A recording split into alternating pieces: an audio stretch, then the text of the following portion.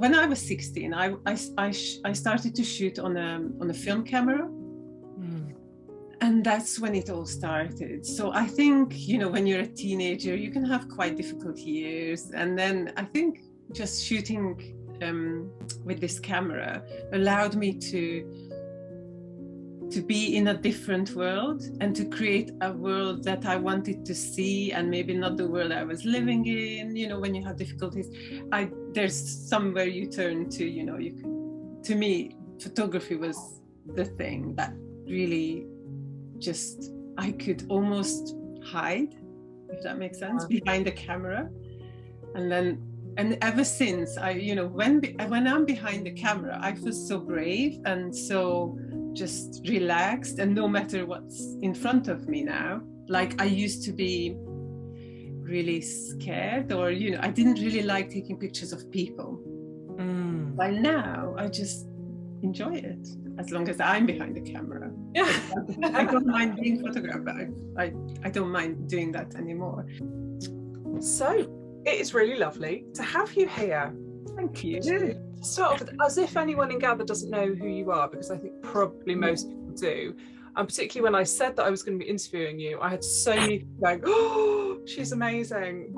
What a fan." So just for those who might not know who you are, could you introduce yourself and tell us a little bit about who you are? Okay, so my name is Eva, and I'm a photographer.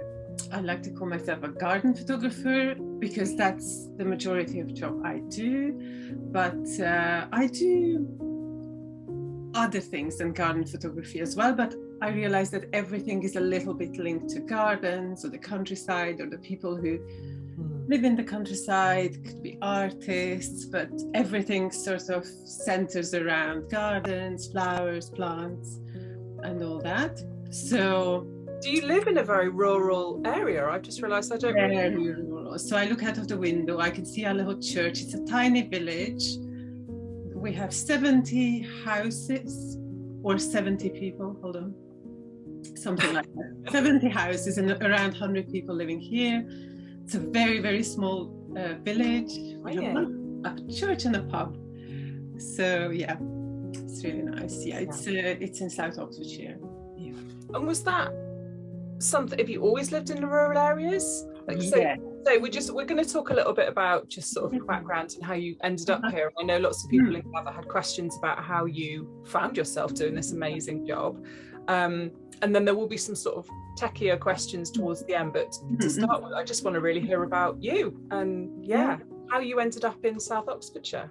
Well, it was a long and windy road, I think, but I'm from Hungary. So first, when you ask if I always lived in a rural area, yes, I always lived, I think, in a smaller or smallish village.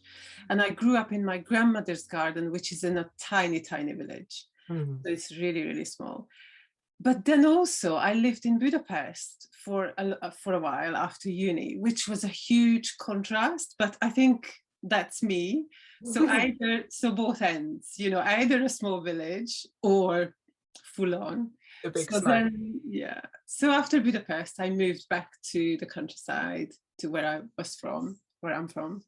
And then, long story short, I met my partner, Scott, who's British.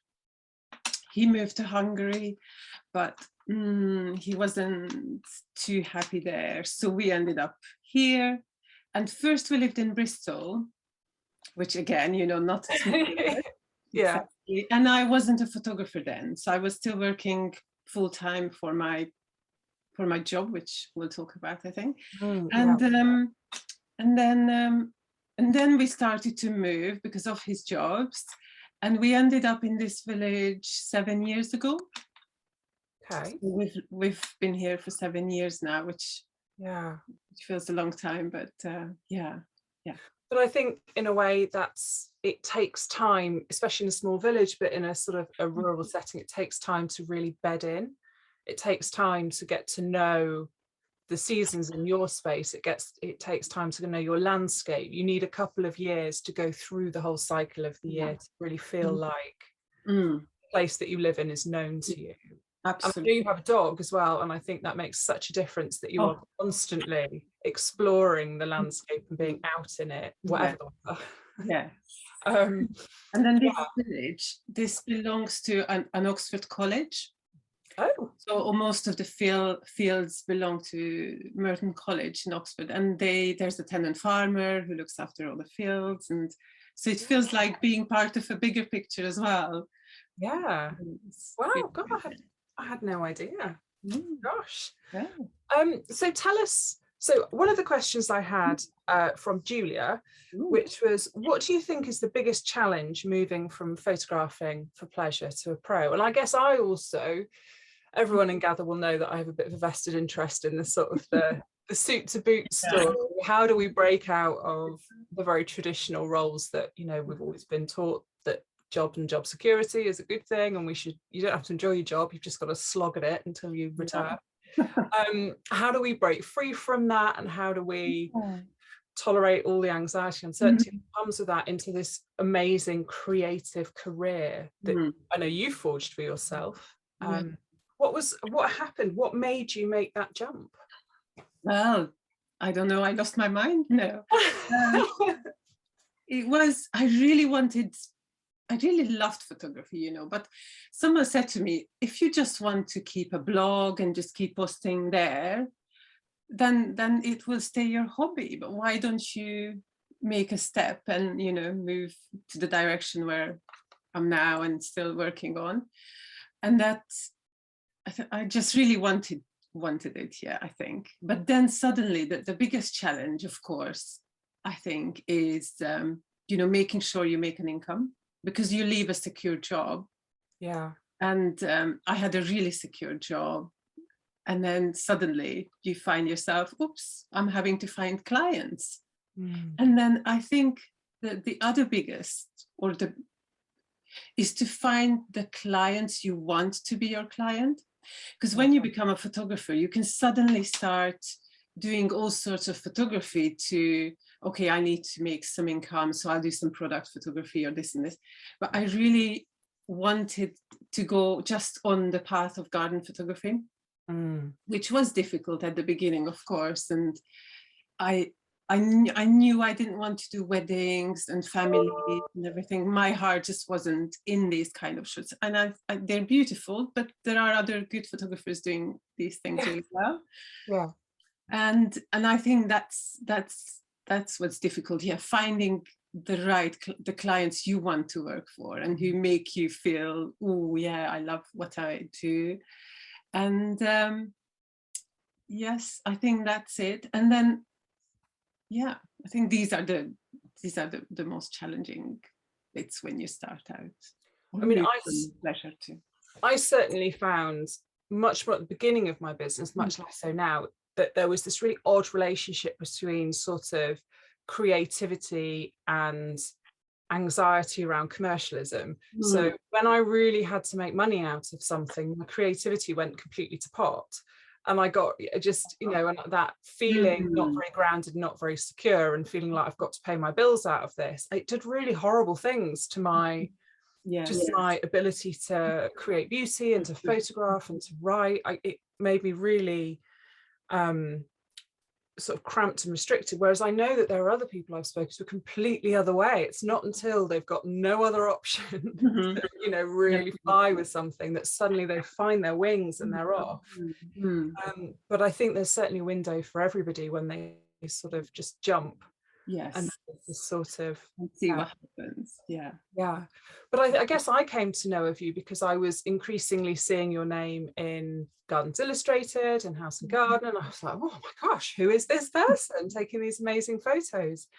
And then I felt like you really embraced the British flowers world. And so lots of people I know you, and you've been working with lots of different people. And, you know, I'm really grateful for you bringing that level of beauty and sharing that, because I think there are lots of people doing quite big landscapes and big gardens. But what I really love about your work is that you have such a lovely eye for detail and such an appreciation of flowers within that. So, so I think that's been a really weird partnership that may have just sort of happened. But yeah, so I think when I met you, I said I felt like, even though I'd never met you before, I was like, I feel like you're one of us. Oh, thank you.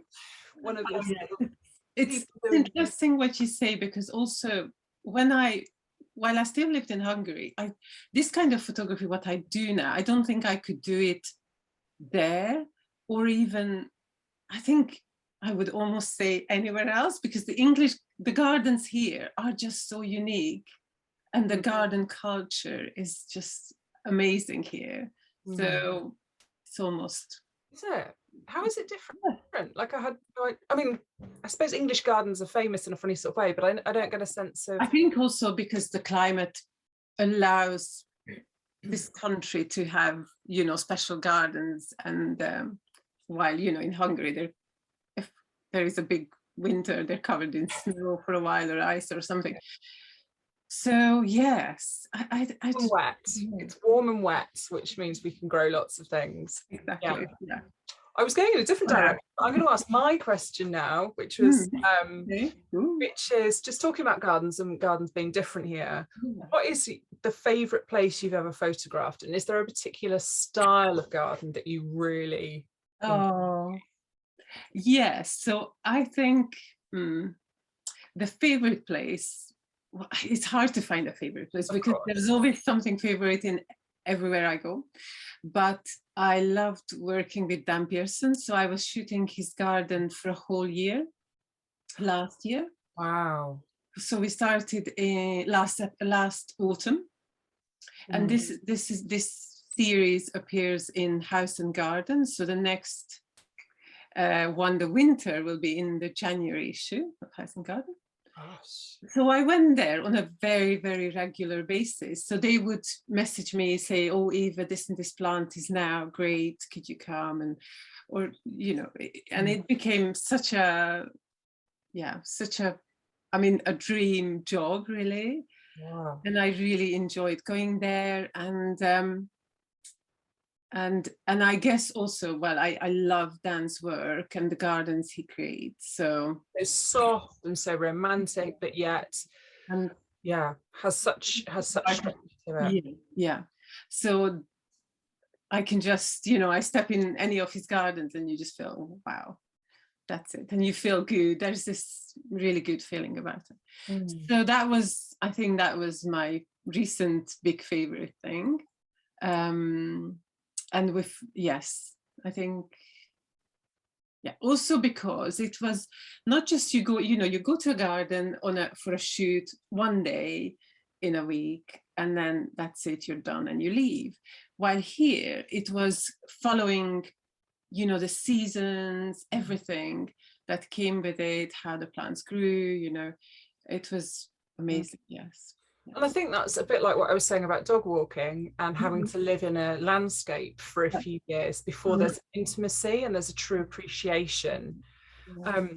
This is slightly unconnected, but human brains are wired to look for change. They don't like looking at the same thing for a very long period of time, and it's not very helpful evolutionary for us to do that. It will always look for the thing that's moving and the thing that changes. And so actually I think seeing it over time, your brain will automatically pick out that new thing that's just come out, that shift, that new berry, or that turn of the leaf, or the colours shifting. I think it's just so much more of a deeper relationship with a garden. Yeah. And I think that's, you know, not get starting on Chelsea, but some of those really big National Trust gardens, which you just sort of see once and they're so overwhelming, you almost can't feel a connection to them. Yeah, I see what you mean, totally. Yeah. Small village gardens are fine. Yes. Oh, I love the open garden. Oh yes. Yeah. I'm not brave enough to do that. I keep threatening to try and do NGS for my field. My husband just looks white. The level of stress that would sort of bring up. But anyway, the direction that I thought we were going, the question that I was going to ask, which was Sophie's question, which was, how did you learn? So before you made this sort of jump to pro photographer, did you study? Did you do courses? Like, what was your process of getting to that stage? So, well, I didn't do a course in photography. I trained as a teacher, so it's completely another thing.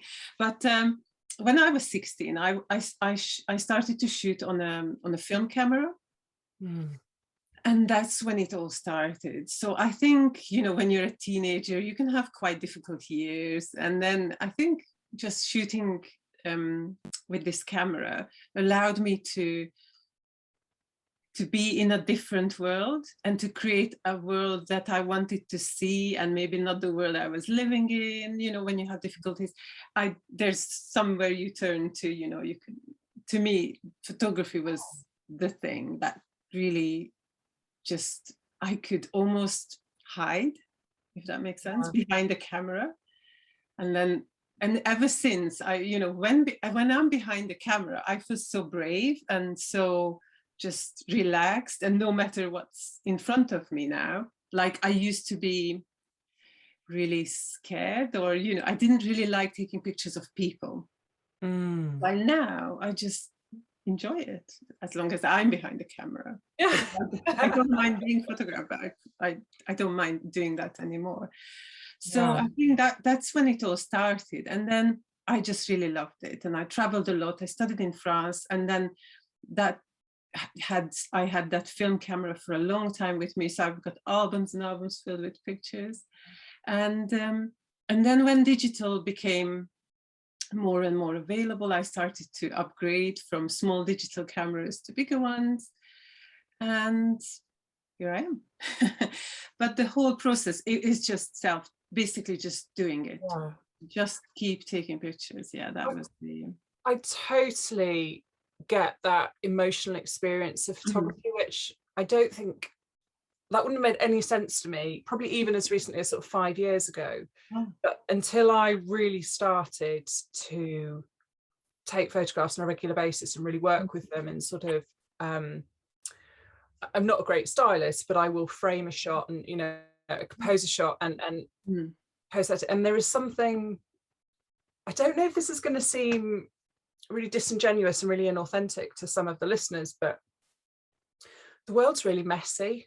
Like, I know the world's messy. I have a job where the world is super messy. Life is just scrappy and messy. And there is something so, exactly what you said, you can almost change your experience of the world and make the world slightly different by just framing and shooting a beautiful picture and having that as a sort of, almost as a memory that just gives you that sort of a sensation of beauty, which might not have been that apparent if you look too much, or if you see too much, or you don't crop out that bit, or you don't, you know.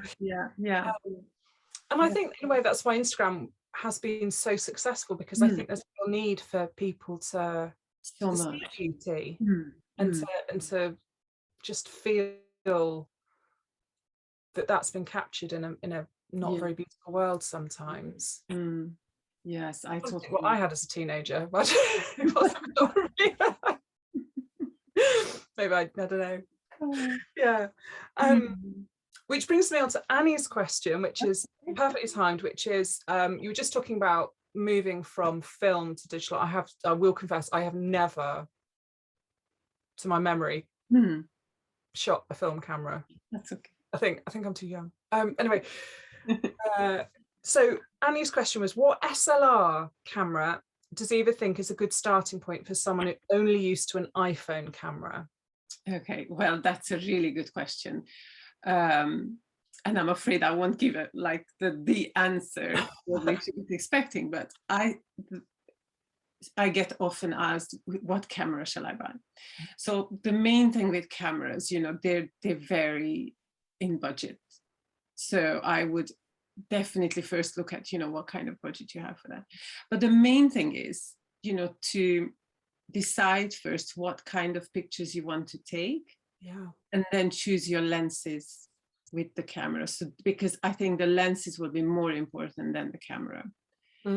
Camera could be, as you know, just see what you can afford to spend on a good DSLR, and just go to your local camera shop, or then of course I could give models, but and I shoot on Canon, but I think Nikon's just as good. You know, people say, is Canon better than Nikon? You can't say that. I think Nikon is really good, but their Sony is really good, Panasonic's really good, Fuji is really, really popular. So that's one thing, you know, how we choose where we go, which one we go with. So I know Canon, so I could suggest a Canon one, but then it's very important then, you know, decide, you know, you want to shoot flowers, you want to shoot people, weddings, car racing, you know. Yeah.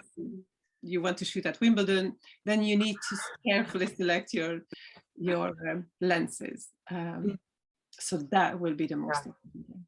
So my understanding is when I bought my chipping into that particular topic is the first camera you buy is probably not the camera you're going to stick with forever. Yes. I broke my first camera. It was a very old secondhand camera off eBay. It was a Canon and I did love it. Love it. How did you break it? I don't know. It just stopped working. I used it too much. Yeah, I think it was probably quite old when I got it, and then it just stopped. And I bought another Canon because obviously I bought lenses by that point. I'll talk about lenses in a minute. And they're so expensive, so I bought another Canon that was just a better model, and I never loved it. I just never. I have a Sony, which is very good for low light because I live in a cave, and the Sony was the one that was recommended for picture dark, basically. So so we talked, when I met you last time, we talked a lot about secondhand and stuff like that, and actually there are really good ways of experimenting with kit and finding different, you know, things that you might like by either getting secondhand, or you can rent stuff as well, can't you? You can. I used a lot of place in Maidenhead, where you can rent higher lenses, anything for, you know, anything really for, you know, variety of the length of time you want, and it's really good. Especially it's a big investment, you know, photography equipment. So before you go and choose your things, and I shoot Canon, but I have a Sigma lens as well, which is, I find it just as good as the equivalent of that lens in Canon. Oh, okay. Is that like just a lens that fits on? That fits on a Canon. Yeah. Okay. So on lenses, Catherine's question. Could you ask Eva about the nifty 50 lens and if amateurs could get to grips with it to secure a good close-up? First of all, what is a nifty 50? I think the nifty 50 is the 50mm lens, the ones that's the 1.8 f-stop. Right. And I think this is probably the best value for money lens out there, I must say. I think the Canon one especially, I think it's around £200. So it's quite an you know, available lens, and really, really good quality. And for close-ups, you know, you can't, with a 50mm, you can't go too close, but because it has it allows you to use a very low f-stop and a large aperture, you can create a really beautiful depth of field, which will, you know, will create you that really soft look where something will be in focus that you focus on, like your flower, and the rest will be nice washed out. In terms of the 50, that's really good for close-ups, that's really good for flowers, it's really good for detail. When you take pictures when you take pictures of bigger gardens, more landscape, is it good for that, or do you use a different lens for that? I use a different lens for that, just to let me give you, so that the lens will give you wider angle, because the 50mm is not exactly wide. They say, you know, it's close to how you see with your eyes. Yeah. But what I use for the bigger, wider garden shots is a 24-70. And that is a zoom. That means, you know, there's a 24, the wide, and then the 70 is a more zoomed in side of it. Yeah. It's a beautiful lens. That's my most reliable lens. I'm just going to write that down. Hang on. Write it down. Yep.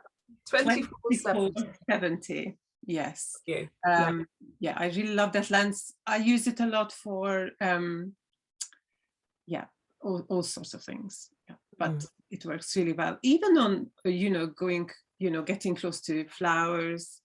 Although the lowest f-stop I can do on that one is 2.8, which still creates a beautiful look. You know? Absolutely. I mean, I do, when I'm feeling a bit rebellious, shoot on 1.8, but I often find you get half the flower, or you have to be super careful with your focus. So on the blog post, I did a picture of some raspberries where I accidentally got the wrong raspberry in focus, and it looks so odd when you have the slightly further away thing in focus and not.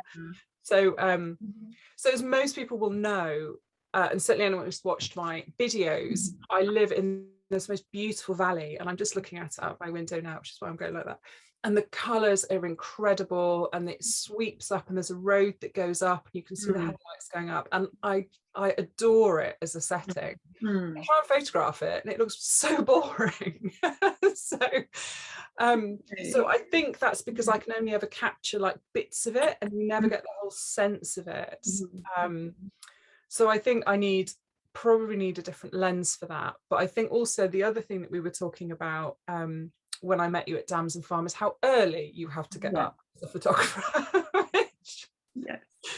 So I would call that one of the pros of my job, actually, because I love getting up early, but I'm not a late person. So morning is when I'm most active, and I like getting things done in the morning. And if I'm lucky in the summer, by 7 o'clock I'm ready. I'm done with my garden shoot, and I have the whole day. The whole day. A lazy breakfast. Yes, so it's very early. I like being in the garden, you know, ready with my tripod about an hour, half an hour before an hour before sunrise. Yeah, gosh. Because once the sun's up, then it suddenly it will just, you know, cover everything in beautiful golden colors. But that could be a bit too much for the kind of photography I like, and I like to capture. For me, that's a bit too much. I know it works beautifully, you know, for other photographers, but for me, I feel it's quieter and calmer when you don't have that huge contrast between shadows and highlights.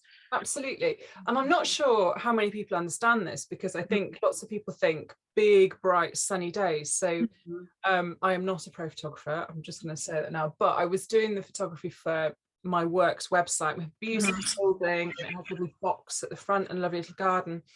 And my boss would keep ringing me up saying, the sun's out, the sky's blue, come and take pictures. I was like, they will look awful.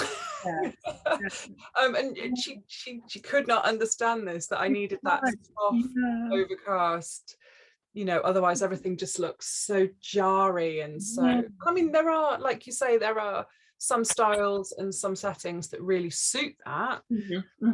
But I think gardens they look so jaggedy and so messy. And I've taken a lot of pictures of gardens and thought, why does it not look like how my eye is seeing it? So I think a lot of that is about how harsh is your light and how it's important.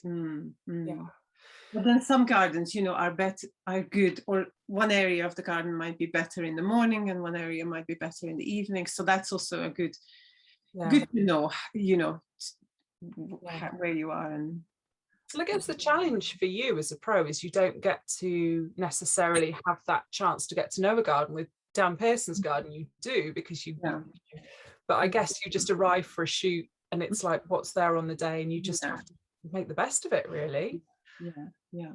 But that comes, you know, natural with lots of practice. And there's the sun will rise there, quick. Oh, fascinating. So you are going to do us a written piece, which I'm so excited about, which I know everyone is going to be able to learn something from and take something from. If you're listening to this and you want to add your question for Eva to consider when she does her blog post, feel free to email me. That would be lovely. And until then, I can only say thank you so much for sharing your time with us and sharing some of your amazing experiences. There's lots of people who would be loving to have your job, but we will champion you from the sidelines. Well, thank you. Thank you, Grace. Thank you. Happy to be part of this. And I just love, you know, sharing the joy of photography, if it's garden or not. It's just, I think it's such a great thing to do, photography. So. Absolutely. All right, thank you very much. Thank you.